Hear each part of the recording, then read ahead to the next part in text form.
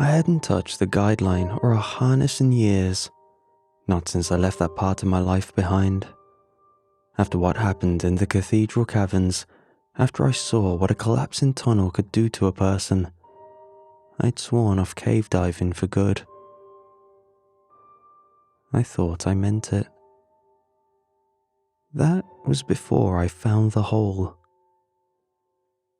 It was late afternoon when I first noticed it. I'd been exploring the property, familiarizing myself with every hill and twist in the creek. I'd wandered farther than usual, down a slope covered in thick underbrush, where the ground dipped into a shallow depression. I thought it was a natural dip where the rain had eroded the soil. But as I stepped closer, I noticed the rock. The earth had crumbled away from a limestone ridge, exposing something beneath it. It took me a few seconds to understand what I was looking at. The rock had collapsed inward. It used to be an entrance. I crouched down, brushing away loose dirt. What looked like a simple dip in the ground was actually a blocked-off passageway. Limestone had tumbled down from above, sealing whatever lay beyond. A cave. I leaned forward, peering through the rubble. A small hole, just barely big enough to fit a fist through. The cold air drifted out, stagnant and unmoving. I grabbed a handful of loose stones and pulled them away, clearing the hole a little more. The darkness inside was absolute. I reached for my flashlight and flicked it on. The beam cut into the hole, but not far. The angle was too tight to see anything beyond the first few inches. I sat back on my heels. This wasn't on my property map. I had checked before buying the land. The agency had provided detailed topography listing all the significant features. The stream, the rock formations, even a few shallow caverns further west. But this was nowhere. I pulled out my phone and scrolled through my contacts. After a moment, I clicked on the number for the real estate office. The line clicked, and after a few rings, a woman answered. "Westwood Realty, this is Karen." "Hey, this is..." I paused, realizing I hadn't spoke to anyone from the office since I bought the place. I bought the land off Route 12 last year, the 10-acre lot." "Of course, how's it treating you?" "Good, yeah," I hesitated. "Listen, I was out exploring today, and I found something that wasn't on the survey. Looks like a cave, or at least it was. It's collapsing, but there's still an opening." A pause. "A cave?" "Yeah, a pretty big one from what I can tell." I expected concern, a legal warning maybe, some spiel about liability and state protections. Instead, she just sounded confused. "Huh, that's strange. We should have that in the records." "I checked the maps. It's not there." "Well, sometimes the surveyors miss things," she sighed. "If it was collapsed when they did the land inspection, they probably didn't think much of it." That made sense, I guess. "Is it stable?" she asked. "Seems like it." "Then I wouldn't worry about it. These lands are full of little pockets like that. Nothing dangerous." Her tone was light, unconcerned, like this was just another quirk of the landscape. Maybe she was right. I pulled my phone from my pocket and scrolled through my contacts. There was only one person I could call. Ryan. Ryan answered on the second ring. "Jeez, man, I thought you died or something. You were acting so weird after Cathedral Caverns." I smirked. "Nope, still breathing." There was a pause. I could hear the clatter of dishes in the background. He was probably at the bar he worked at, killing time between shifts. He always said he was going to move on from that place, but somehow never did. "So, what's up?" he asked. I glanced back at the hole. "You're not going to believe what I just found." Ryan showed up later that evening, grinning like a kid at Christmas the second he saw the collapsed entrance. "You're telling me this isn't marked?" he asked, running his fingers over the weathered limestone. "Not on any of the surveys." He flicked his eyes to mine, filled with that familiar, hungry gleam, the same one that had dragged me into dozens of near-death experiences over the years. "Then we've got a virgin cave." I nodded. "And it's ours." We wasted no time. With gloved hands and a couple of shovels, we started tearing into the rubble. It was slow work. The limestone was packed tightly, fused together by time and pressure. Every time we loosened a slab, dust billowed up in clouds, making the air thick and dry. After about an hour, we had widened the opening to the size of a watermelon. "Think we can fit?" Ryan asked. I shook my head. Not yet. The rock walls squeezed in too tight, like a mouth refusing to open. We kept digging. By the time the sun was bleeding into the tree line, the hole had grown wide enough for a person to squeeze through. Barely. Ryan crouched beside it, wiping sweat from his forehead. He grinned at me, then reached into the darkness. "Cold as hell," he muttered. I crouched beside him and placed my own hand near the opening. He was right. The air inside was several degrees cooler. I couldn't stop smiling. Ryan clapped me on the shoulder. "You ready to get back to work?" I looked at the entrance, at the blackness swallowing the last of the daylight, and I said, "Let's do it." I crouched at the entrance, my headlamp casting a weak glow into the hole we'd spent hours widening. Now that we were here, now that we were actually about to go in, I felt a twinge of nerves. That familiar pulse of adrenaline, the kind that came with knowing we were about to step into somewhere completely untouched. Ryan exhaled behind me, adjusting the strap on his harness. Man, I miss this feeling. I gave him a sideways glance. The feeling of what? Voluntarily wedging yourself into a crack in the ground? He laughed, slapping a hand against my shoulder. "You can take the man out of cave diving, but you can't take the cave diving out of a man." I just shook my head, taking one last look at the sky before lowering myself onto my stomach. The entrance was small. Even with all the digging, it was barely wider than my shoulders, forcing me to extend both arms straight as I inched forward. The first few movements were easy. Gravel and loosened stones shifted under my weight as I pushed myself deeper. Then the space tightened. The limestone pressed against my ribs, squeezing inward. My chest was compressed just enough that I had to time my breathing carefully, exhaling as I pushed forward, inhaling only when I gained enough ground. I kept my headlamp tilted straight ahead, my hands groping for the next available rock to pull myself through. The deeper I went, the colder the air became. I heard Ryan grunt behind me as he followed. "Tight fit." "Yeah," I muttered. My voice felt too loud in the enclosed space. Every breath, every scrape of fabric against stone, every shift of weight seemed amplified, bouncing off the rock in muffled echoes. A few feet ahead, the tunnel widened slightly. Not enough to stand, but enough to move a little easier. My heart pounded with excitement as I pulled myself forward, my elbows scraping against the rough stone. Then, a drop. The tight squeeze suddenly gave way to open space, the ground beneath me sloping downward.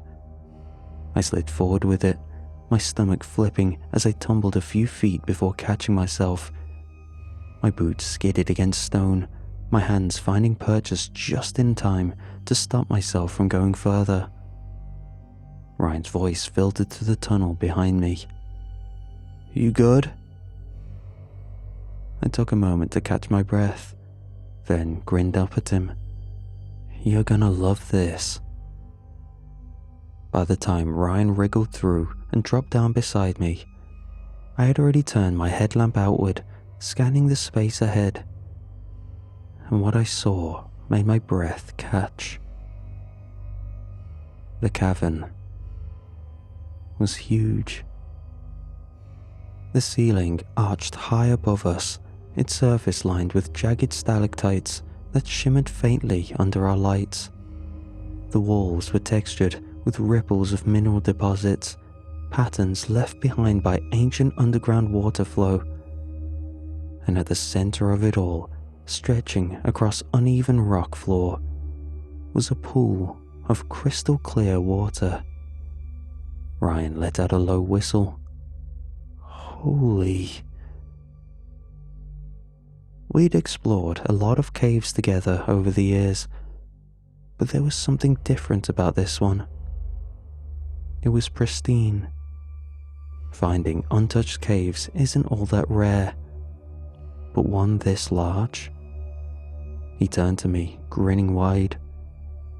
Dude, we might have just found something historic. I exhaled. Yeah. I couldn't stop looking. The whole place was surreal, like a cathedral hidden beneath the earth, frozen in time. But there was something else too, something I couldn't quite put into words. The weight of the air. I shook off the feeling and reached for my guideline. We had done this hundreds of times before. It was second nature. In unfamiliar caves, you always marked your way back. A thin, unspooling rope anchored at the entrance and carefully fed through the chambers we explored, a lifeline in case things went south. I tied the first anchor point, securing the line to a sturdy rock formation. Ryan double-checked it, giving the rope a few firm tugs. Satisfied, we turned back to the cave ahead. The deeper we went, the more alien the cave became. Some of the stalagmites rising from the floor were twisted, like rope caught in a slow-motion spiral. Others were hollowed out, punctured with small holes as if something had bored through them. Not water erosion, something else. Ryan ran a hand over one. I've never seen formations like these. I nodded, tracing a beam of light across a nearby column. The rock was smooth in some places, almost polished, but in others, it was rough and cracked like dried skin. It wasn't natural, not entirely. And then, I noticed the bones. Not whole skeletons, just individual pieces. A jawbone stripped of teeth, a few vertebrae, so small I almost mistook them for pebbles. Some were tiny, rodent-like, some were longer, thicker. Ryan crouched beside me, picking one up. He turned it over in his palm, running his thumb along the brittle edge. Think an animal got trapped down here? I shrugged, but my stomach felt tight. I guess so. The entrance caved in, so it makes sense that something got trapped in here. We fell quiet for a second, inspecting the bones on the ground, taking our time to soak in the details of this place. As I set a particular piece of a jaw I'd picked up back down, I heard a small sound somewhere in our vicinity. I tapped Ryan on the shoulder, pointing toward the source of the sound, right behind a rock. A soft, hollow sound, like something tapping against stone. Ryan swung his flashlight toward the sound, and I caught the briefest glimpse of something in the dust. Not much, just a shifting of loose sediment, like the vibration of something deep beneath the earth. I exhaled sharply, pushing away the thought.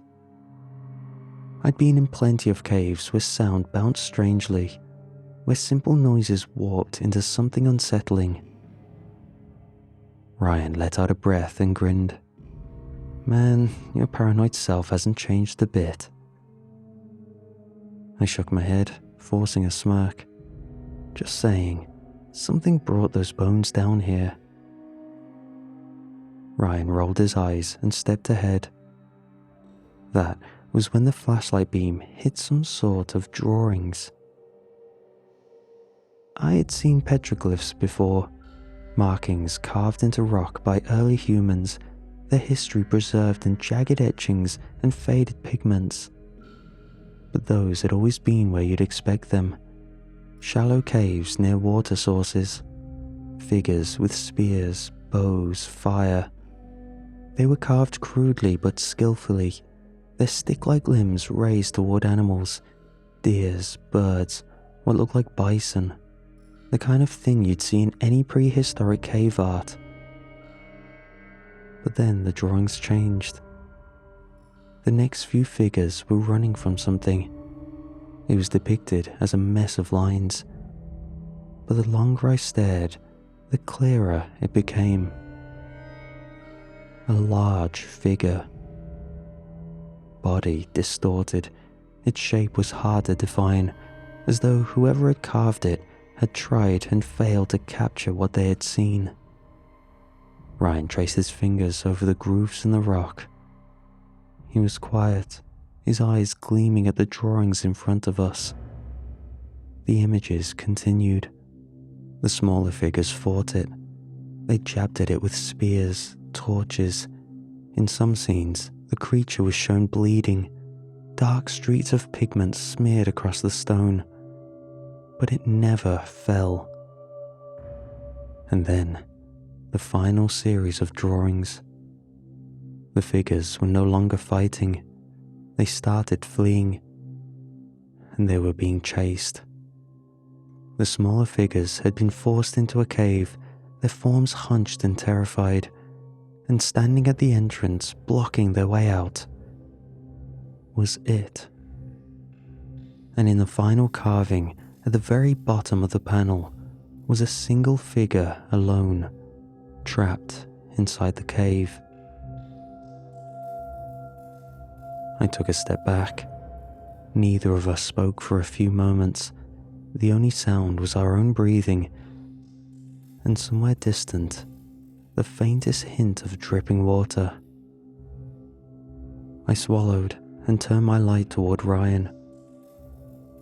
How old do you think this is?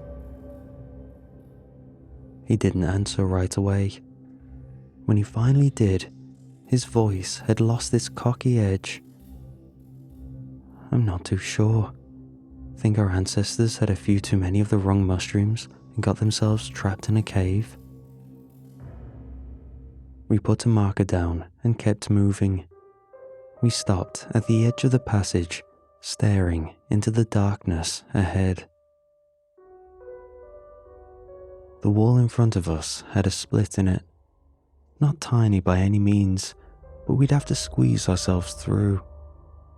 Before I could respond, he was already pushing himself into the passage, head first, arms tucked in close.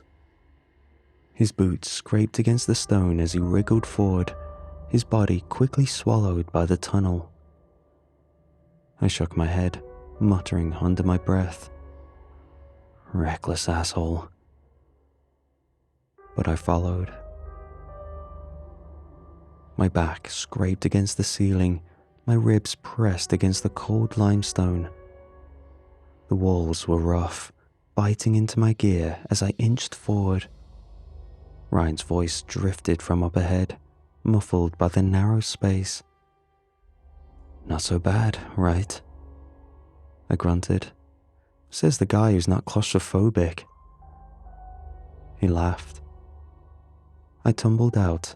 The flashlight clipped to my chest swung wildly, its beam dancing across the cavern walls. I took a deep breath, stretching my arms. It felt good to be out.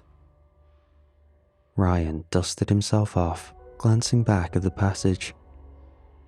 Tighter than I thought, but hey, we made it. We were at yet another massive open space, not too dissimilar from the clearing we'd just come from. But still, it was beautiful. Our trance was broken by a sharp, hollow sound. It echoed through the chamber, faint but distinct. A wheezing noise. We both froze. Ryan turned his flashlight toward the passage behind us. "What was that?" I swallowed. "Probably just, rock shifting." Even as I said it, I didn't believe it. The cave was silent. No tremors, no signs of movement, nothing to suggest a shift in the stone. The sound had come from somewhere. Ryan exhaled through his nose. "Yeah, probably." Neither of us moved for a long moment, just listening. The sound didn't come again. I forced a breath.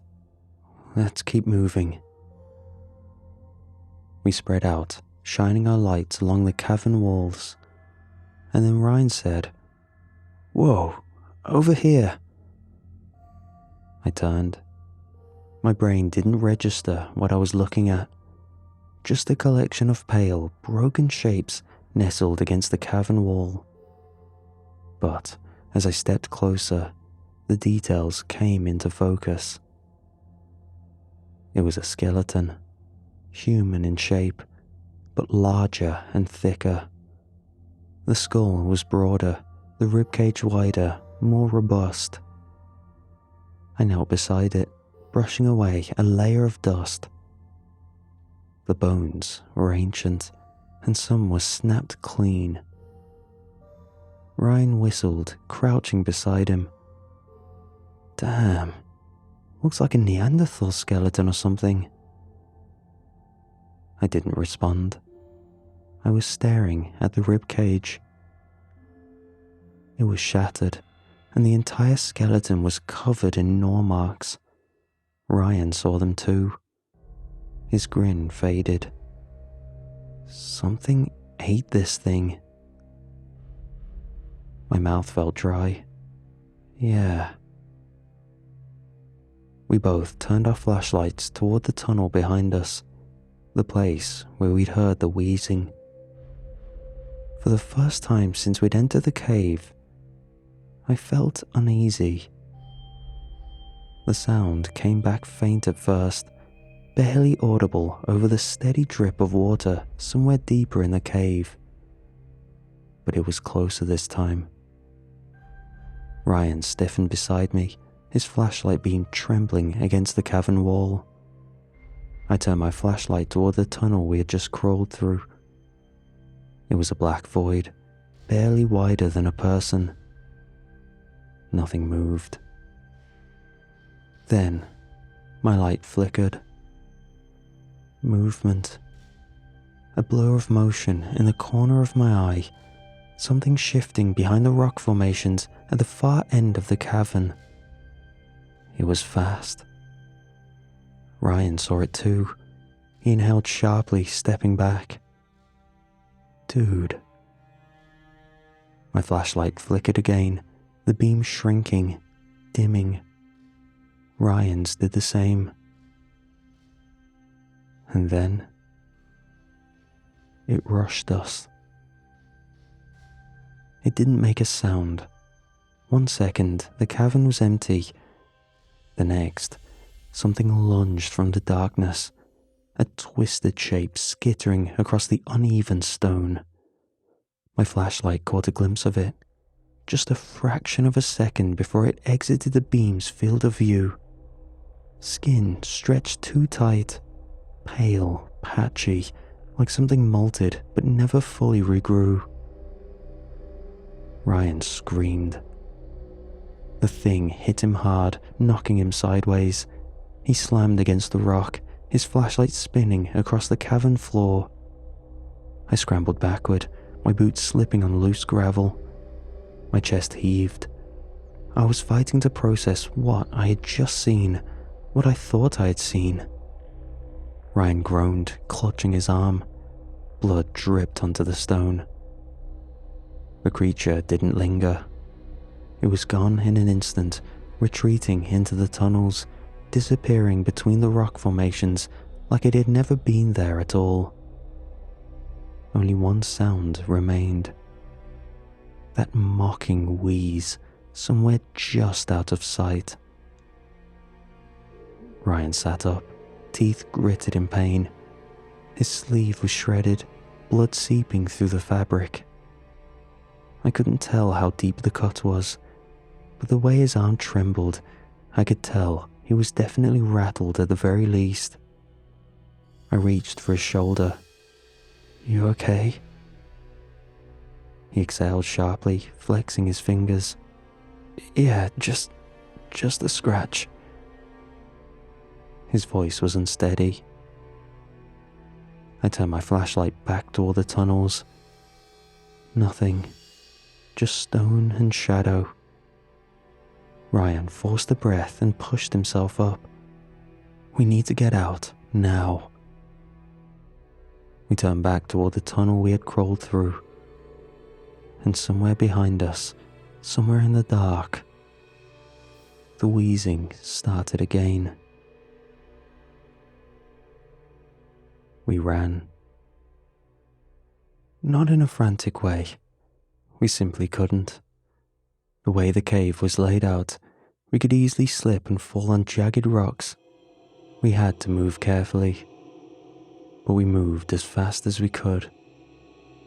Ryan's breath was ragged beside me, and his boots scraped loudly against the cavern floor as he stumbled.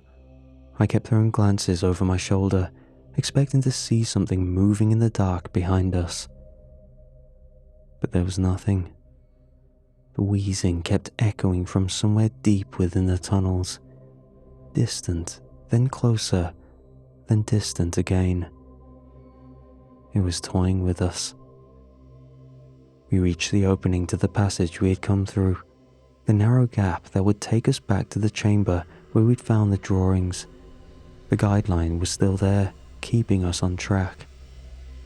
Relief crashed into me so hard I nearly collapsed against the wall. We could still get out. Ryan didn't wait. He grabbed the rope and hauled himself forward, pulling himself into the narrow space.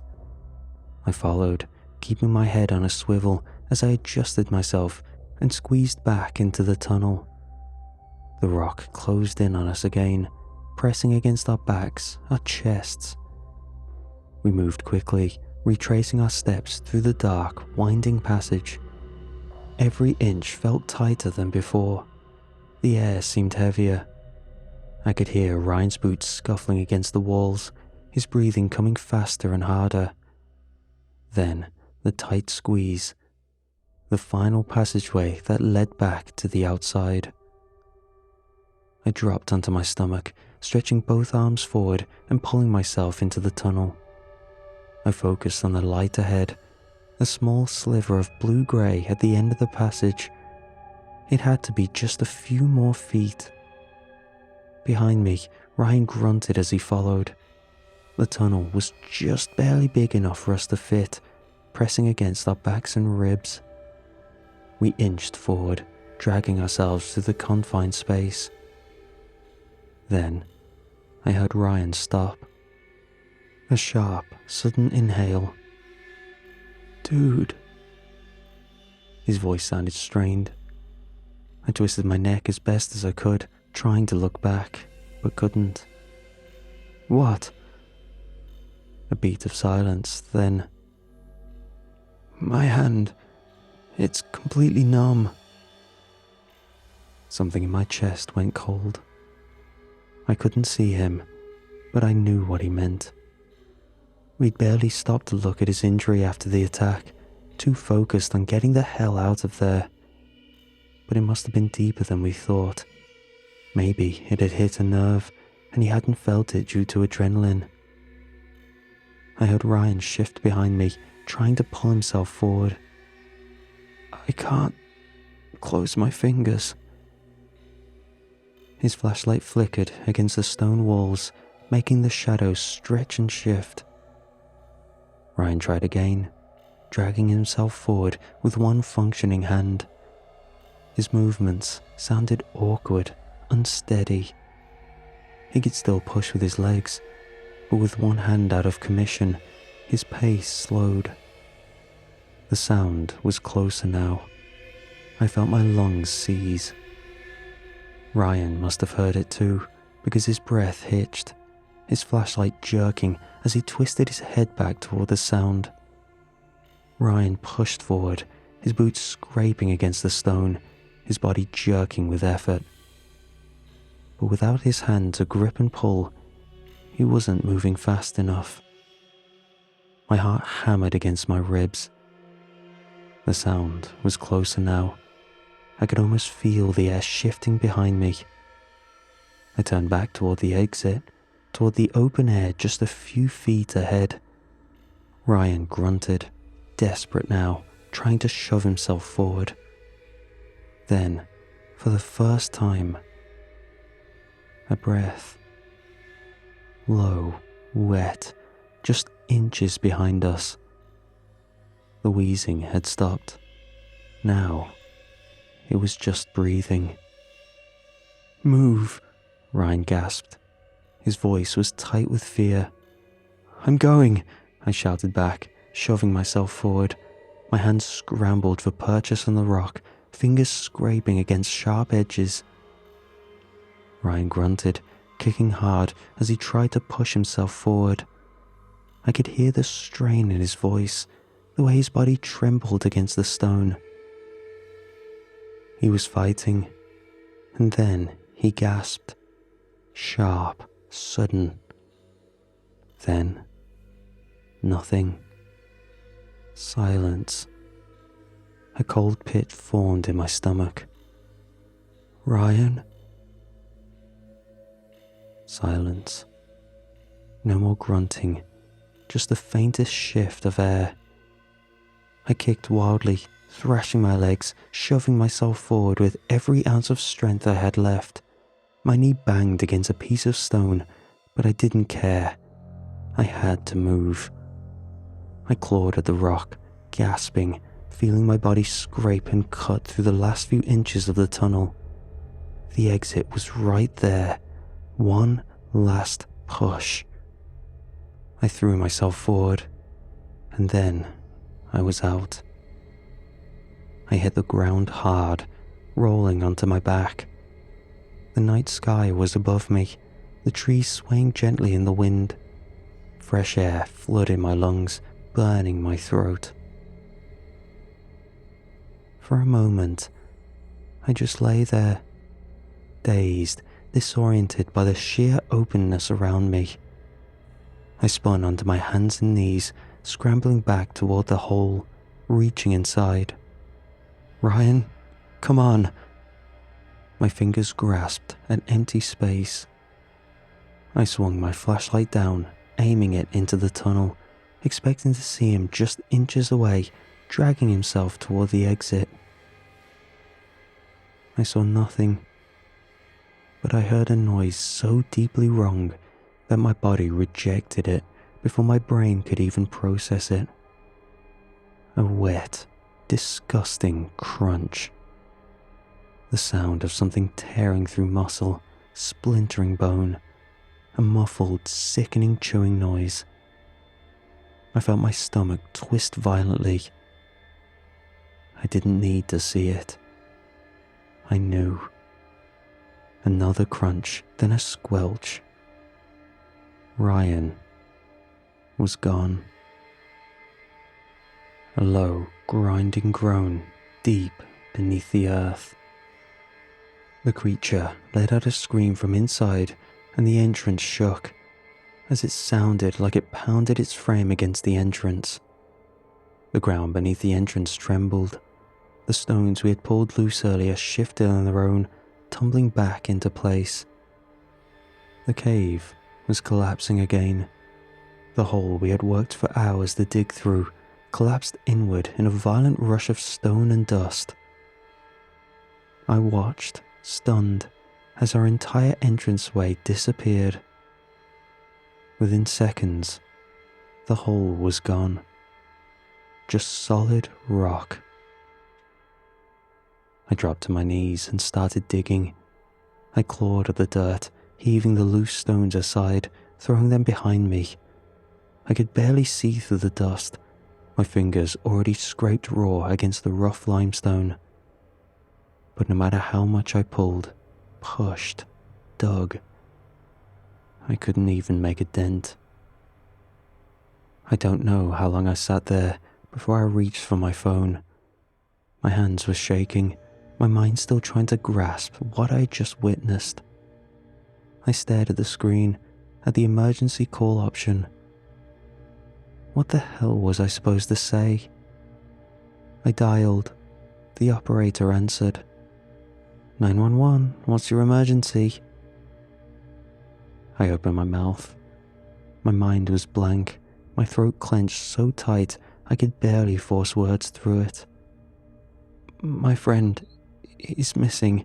We were in a cave and he's trapped. Sir, can you clarify? A cave collapsed. Is your friend trapped?